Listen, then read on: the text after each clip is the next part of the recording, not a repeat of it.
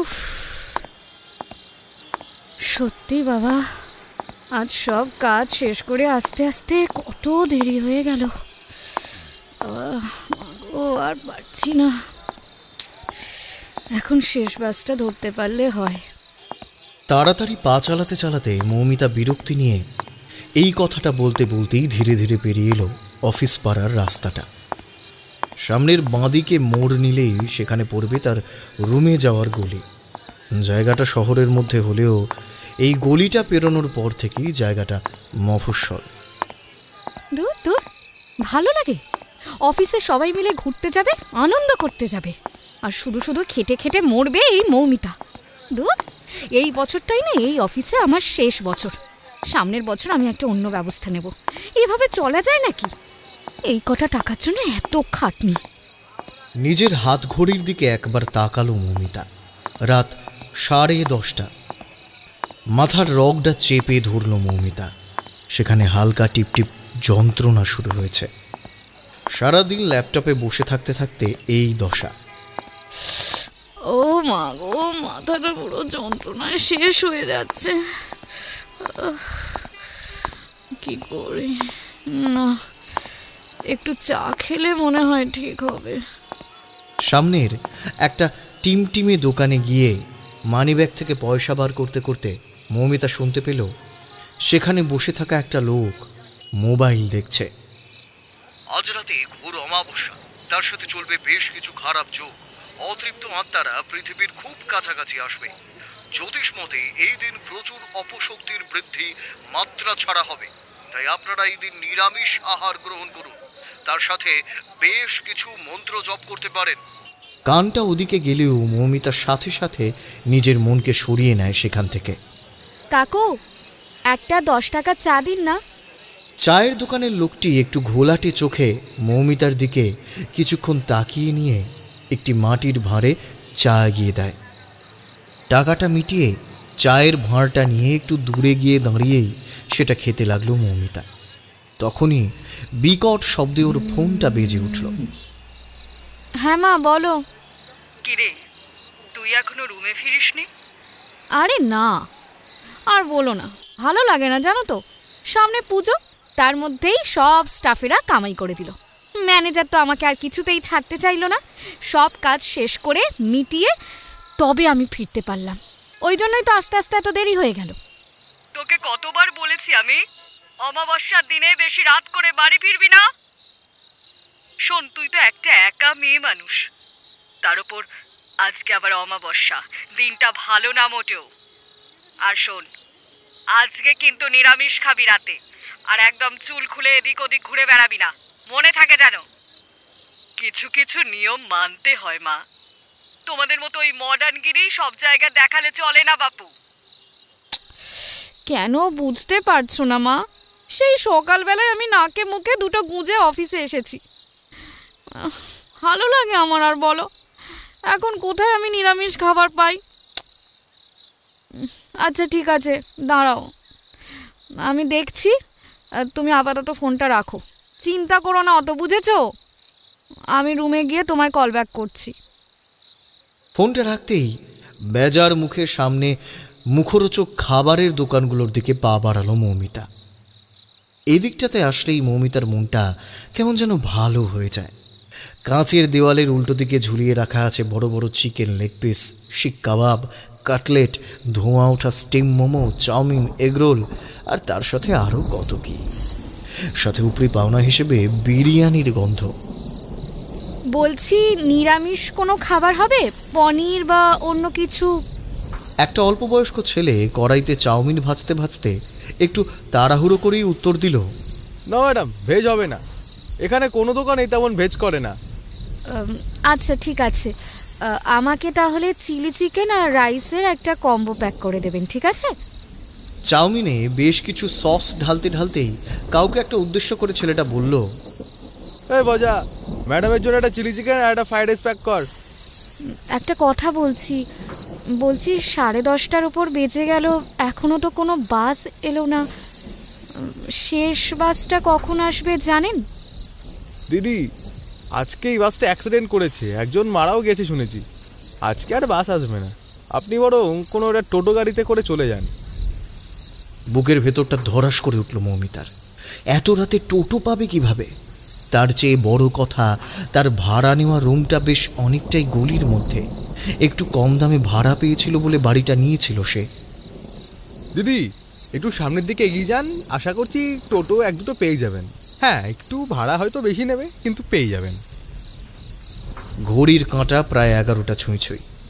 আর সময় নষ্ট করল না মৌমিতা। তার হাতের খাবারের প্যাকেটটা থেকে একটা গরম ভাব উঠছে, সাথে একটা মশলাদার গন্ধ। খিদে পেটে সেটা যেন অমৃত। আজকে দুপুরে তার লাঞ্চটা হয়নি, তাই এই মশলাদার খাবার দেখে এমনিই খিদেটা বেড়ে গেল। মৌমিতা বাড়ি যাবার পথের রাস্তাটা ধরল এবার। একবার আকাশের দিকে মুখ তুলে চাইতেই বুঝতে পারল আজ আকাশটা সত্যিই ঘোর অন্ধকার। এতটা অন্ধকার সে আগেও কখনো দেখেনি। মাঝে মাঝে বিদ্যুৎ চমকাচ্ছে, কিন্তু একটাও গাছের পাতা নড়ছে না। সব যেন শান্ত ও চুপচাপ। মোবাইলে ফেসবুকটা অন করতেই প্রথমেই ফিরে এলো এক জ্যোতিষী সম্প্রচার করছে, আজ অমাবস্যা, কিন্তু বাকি অমাবস্যার তুলনায় এটা একটু আলাদা। আজ কিন্তু এমন কিছু বিশেষ নক্ষত্র যোগ ঘটবে যার দরুন অপশক্তি, অতৃপ্ত আত্মা সকলেই ভীষণ শক্তিশালী হয়ে যাবে। নিজেদের সাবধানতা বজায় রাখুন। প্রচণ্ড রাগে নেটটা অফ করে ফোনটা ব্যাগে চালান করল মৌমিতা। আজ তার এতটুকুও ভালো লাগছে না। তার মধ্যে একের পর এক এই সবই চলছে। পিছন ফিরে তাকালো সে। না, কোনো টোটো আসছে না। সে হিসাব করে নিল একভাবে হাঁটতে লাগলে আর মাত্র 15-20 মিনিটে সে পৌঁছে যাবে রুমে। এর মধ্যে যেন ঝড় বৃষ্টি না ওঠে অন্তত। কিন্তু খাবার নিয়ে এত অন্ধকারে হাঁটাটা কি ঠিক হবে তার জন্য? কিন্তু উপায় কি? মিনিট 4-5 সেইভাবেই হাঁটতে লাগলো মৌমিতা। ঠিক তখনই তার মনে হলো কেউ যেন একটা পিছন থেকে তাকে ডাকলো।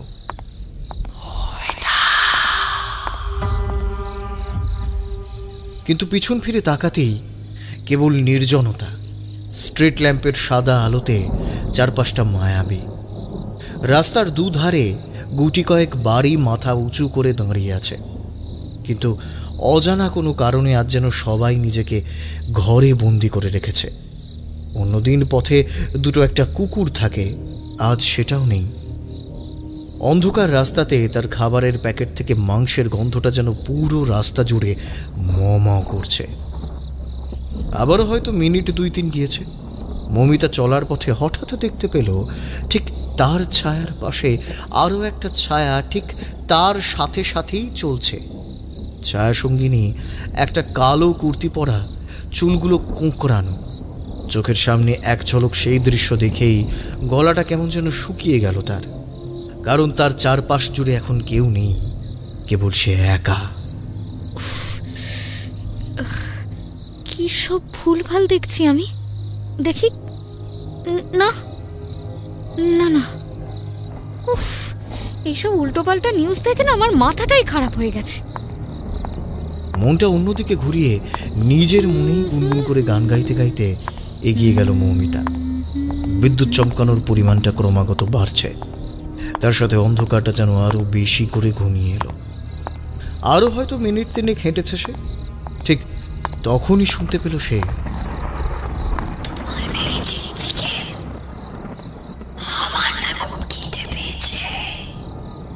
অফিসে আজ এত কাজ ছিল, লাঞ্চ করার সময় হয়নি,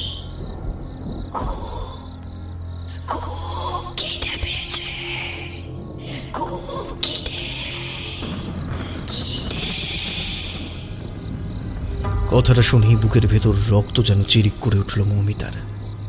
কারণ কথাটা ঠিক তার কানের একটু দূর থেকেই সে পেয়েছে। ঘাড়টা সামান্য ঘুরিয়েই মৌমিতা দেখতে পেল ঠিক তার পিছনে দাঁড়িয়ে আছে একটা হলুদ রঙের কুর্তি পরা তারই বয়সী একটা মেয়ে, সমস্ত মাথার চুল ঝাঁকড়া।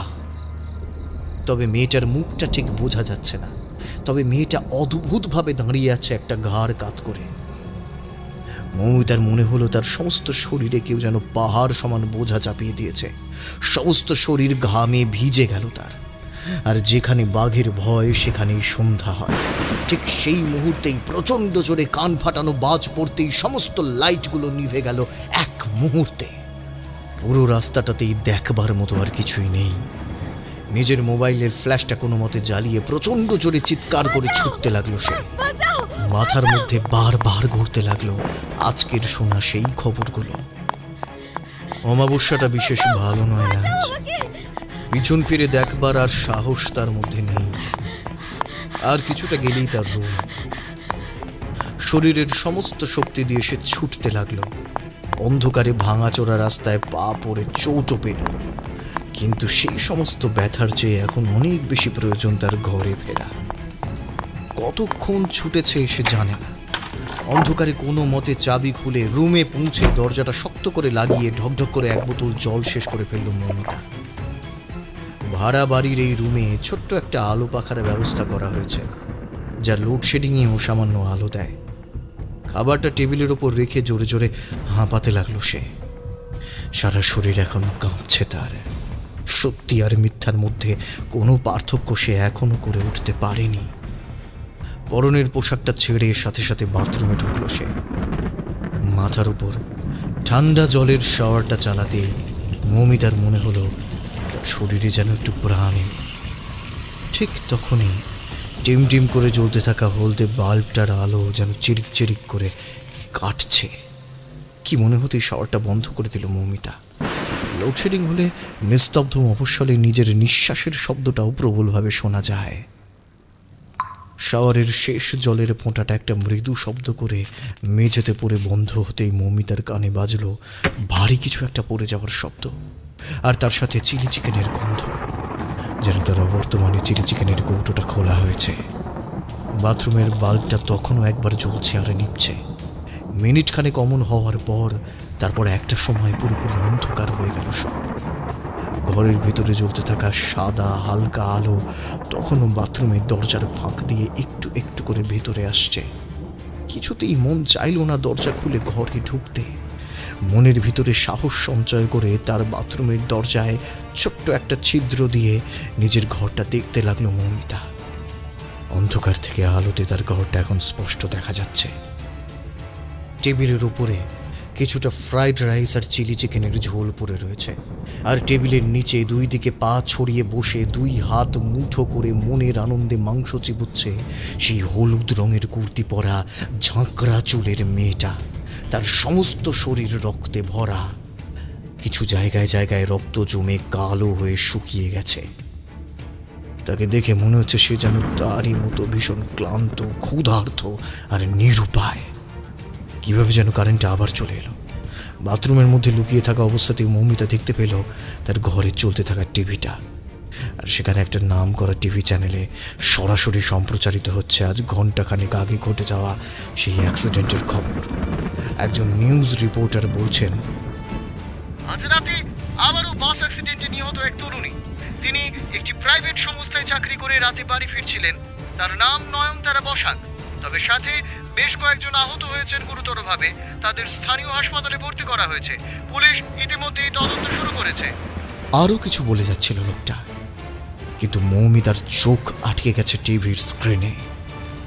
কারণ স্ক্রিনে যে নয়নতারার ছবি ভেসে আছে সেই মেয়েটার মাথায় ঝাঁকড়া চুল আর পরনে হলুদ রঙের একটা কুর্তি। অবিকল হুবহু তার ঘরে বসে থাকা, তার সামনে থাকা অবিকল সেই মেয়েটা।